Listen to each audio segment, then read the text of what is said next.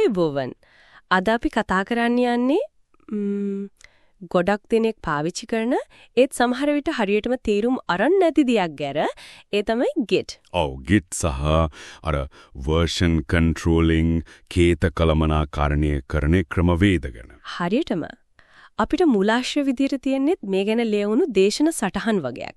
ඒකින් අද අපි බලමු මේ Git වල මූලික දේවල් ටික අර branches එහෙම කොහොමද කණ්ඩායමක් විදියට මේක හරියට පාවිච්චි කරන්න කියන එක සරලව තේරුම් ගන්න. ඔව් අපි එහෙනම් පටන් ගමු.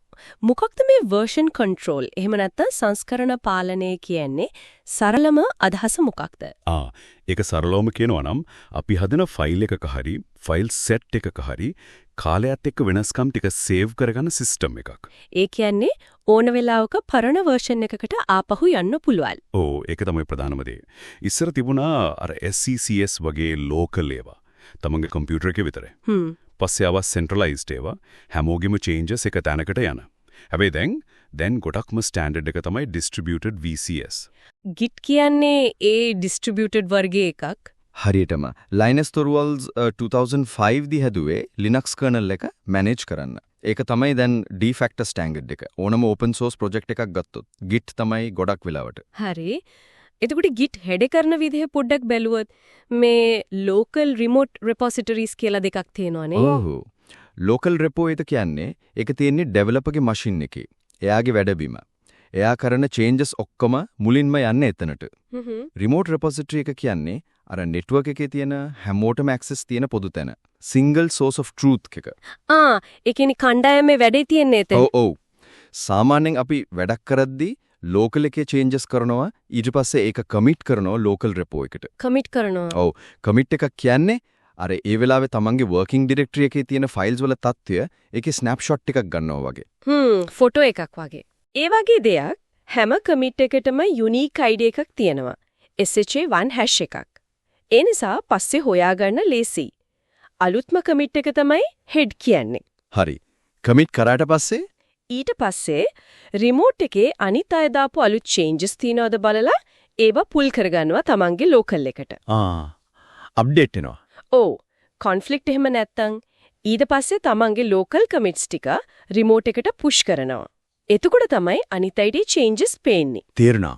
එතකොට මේ Git වල පොඩක් කතා බහට ලක්වන හරිම powerful කියන concept එකක් තමයි branching.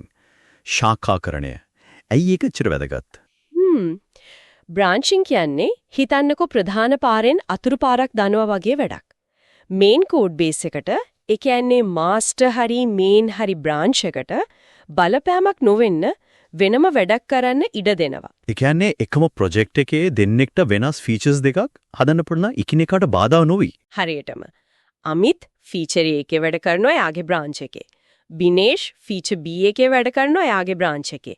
දෙන්නගෙම වැඩ ඉවරුනාම තමයි ඒ changes ටික main එකට merge කරන්නේ. එතකොට අර merge conflicts එහෙම අඩු වෙනවා. ගොඩක් දුරට. ඒ වගේම හිතන්නකෝ ඔයා feature එකක් හදන්න ගමම ඉන්නේ. එකපාරටම දැනගන්නවා production එකේ ලොකු bug එකක් කියලා.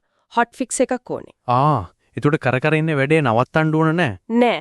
ඔයාට පුළුවන් current branch එකෙන් මාරු වෙලා main එකෙන් අලුත් hot fix branch එකක් හදලා ඒක fix කරලා merge කරලා ආපහු අර feature branch එකට ගිහින් වැඩේ පටන් ගන්න. හරිම flexible. ඒක නියමයි. අලුත් branch එකක් හදන්න එකත් ලේසි කියලා කියන්නේ. අර git checkout -b command එකෙන්. ඔව් හරිම ලේසි. git වල branching කියන්නේ හරිම lightweight operation එකක්. ඒකයි කියන්නේ පුළුවන් හැම වෙලාවෙම branches පාවිච්චි කරන්න කියලා. හරි.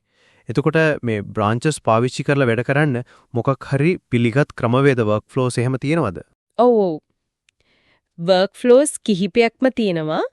ටිකක් විස්තරාත්මක git flow වගේ ඒවා තියෙනවා. releases එහෙම manage කරන්න. ඒත් ගොඩක් වෙලාවට විශේෂයෙන් web development වගේ දේවල් වලදී GitHub flow කියන සරල ක්‍රමය තමයි පාවිච්චි වෙන්නේ. GitHub flow. ඒක කොහොමද වෙන්නේ? සරලව කිව්වොත්. හරිව සරලයි. step ටික මෙහෙමයි. main branch එක හැමතිස්සෙම deploy කරන්න පුළුවන් තත්වයක තියෙන්න ඕන. හරි stable. ඔව්.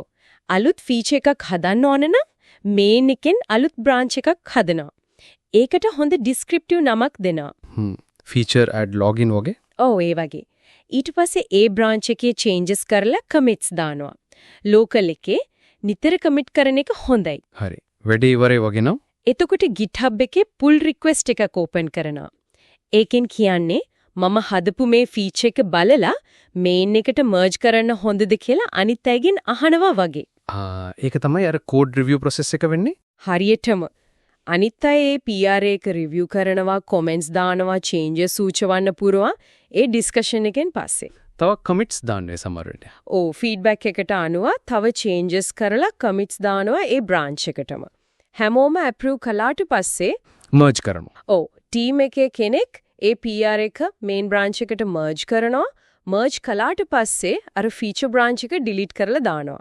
හරිම ස්ට්‍රීම්ලයින් ප්‍රොසෙස් එකක් වගේ. ඔව් හරිම සරලයි, වේගවත්, කන්ටිනියස් ඩිලිවරි වලටත් හොඳට ගැලපෙනවා. එතකොට මේ Git හරියට පාවිච්චි කරන්න හොලම පුරුදු බෙස්ට් ප්‍රැක්ටිසස් මොනවද කියලා පොඩ්ඩක් කතා කරමුද? බ්‍රාන්චින් වලදී.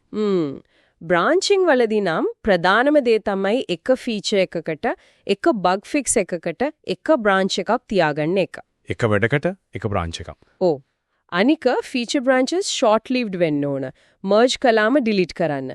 නිතර මර්ජ් කරන්න පුළුවන් නම් හොඳයි. පොඩි පොඩි කැලි මර්ජ් කරන එක ලේසි. ලොකු චේන්ජස් එකපාර මර්ජ් කරනවට වඩා. විතරයි එතන තියෙන්න ඕන. හරි. නම් දාන කොටත් ස්ටෑන්ඩඩ් එකක් තියෙන එක හොඳයි නේද? අනිවාර්යෙන් feature bug fix, hot fix වගේ ප්‍රිෆික්ස් දාලා තේරුම් ගන්න ලේසි නමක් දාන එක. සාමාන්‍යයෙන් Git පාවිච්චි කරද්දී මොනවද හොඳ පුරුදු? පොඩි පොඩි චේන්ජස් කරලා කමිට් කරන්න. ඇටොමික් කමිට්ස් කියන්නේ ඒකට. එක කමිට් එකකින් එක ලොජිකල් වැඩක් විතරක් කරන්න. ලොකු කමිට්ස් දාන්න එපා. ඔව්. රිවිව් කරන්නත් අමාරුයි. එතකොට නිතර කමිට් කරන්න, අලුත් බ්‍රාන්ච් එකක් හදන්න කලින් මේන් එකෙන් අලුත්ම චේන්ජස් ටික පුල් කරගන්න. ඒක වැදගත්. කොන්ෆ්ලික්ට්ස් අඩු වෙන්න. ඔව්. ලෝකල් කමිට්ස් නිතර රිමෝට් එකට පුෂ් කරන්න. තමන්ගේ වැඩ බෑකප් වෙනවා වගේම අනිත් අයටත් විසිබිලිටි එක තියෙනවා. කමිට් මැසේජ් එකත් වැදගත් නේද? ගොඩක් වැදගත්. මොකද්ද කලේ කියලා පැහැදිලිව කෙටියෙන් ලියන්න. past tense පාවිච්චි කරන එක ස්ටෑන්ඩඩ් එකක්. fixed login bug වගේ. අන්තිමට මුළු කණ්ඩායමම එක work flow එකකට එකඟ වෙලා ඒක follow කරන එක GitHub flowද Git flowද වෙන එකක්ද ඒක කණ්ඩායම තීරණය කරලා ඒකට අනුව වැඩ කරන එක. නියමයි. එහෙනම් අපි අද Git වල මූලික සංකල්ප commit, repository, branching වගේ දේවල්. branching වල වැදගත් කළා. GitHub flow වගේ work flow එකක්, pull request එකක කාර්යභාරය. සහ මේ හැමදේම හරියට කරගන්න උදව් වෙන best practices ටිකක් ගැනත් කතා කරා. මේ ටික follow කරනවා නම් ඇත්තටම software development process එක ගොඩක් smooth කරගන්න පුළුවන්. අඩු ප්‍රශ්න එක්ක. අවසාන වශයෙන් සිතන්නට දෙයක්. අපි කතා කළේ GitHub flow ගණනේ. හැබැයි trunk based development කියලා තවත් workflow එකක් තියෙනවා. ඒක ටිකක් වෙනස්. branches ගොඩක් අඩුවෙන් පාවිච්චි කරන කෙලින්ම main trunk එකට integrate කරන විදිහක්. ඉතින් මේ workflows දෙක compare කරාම කොහොමද? කවදාද එකක් අනිත් එකට වඩා හොඳ? ඒ වගේම මේ Git workflows එක්ක අර CI/CD continuous integration, continuous deployment කියන ඒවා සම්බන්ධ වෙන්නේ කොහොමද? ඒකත් හරිම වැදගත් ප්‍රශ්නයක්. CI/CD pipeline එකක් set කරගත්තම මේ Git workflow එකේ ගොඩක් දේවල් automate වෙනවා. testing, deployment වගේ. සමහර විට ඒ ගැන තව දවසක කතා කරන්නත් පුළුවන්. කොහොම හරි මේ ගැන තව දුරටත් හොයලා බලන්න අද කතා කරපු දේවල් හොඳ ආරම්භයක් වේවි කියලා හිතනවා.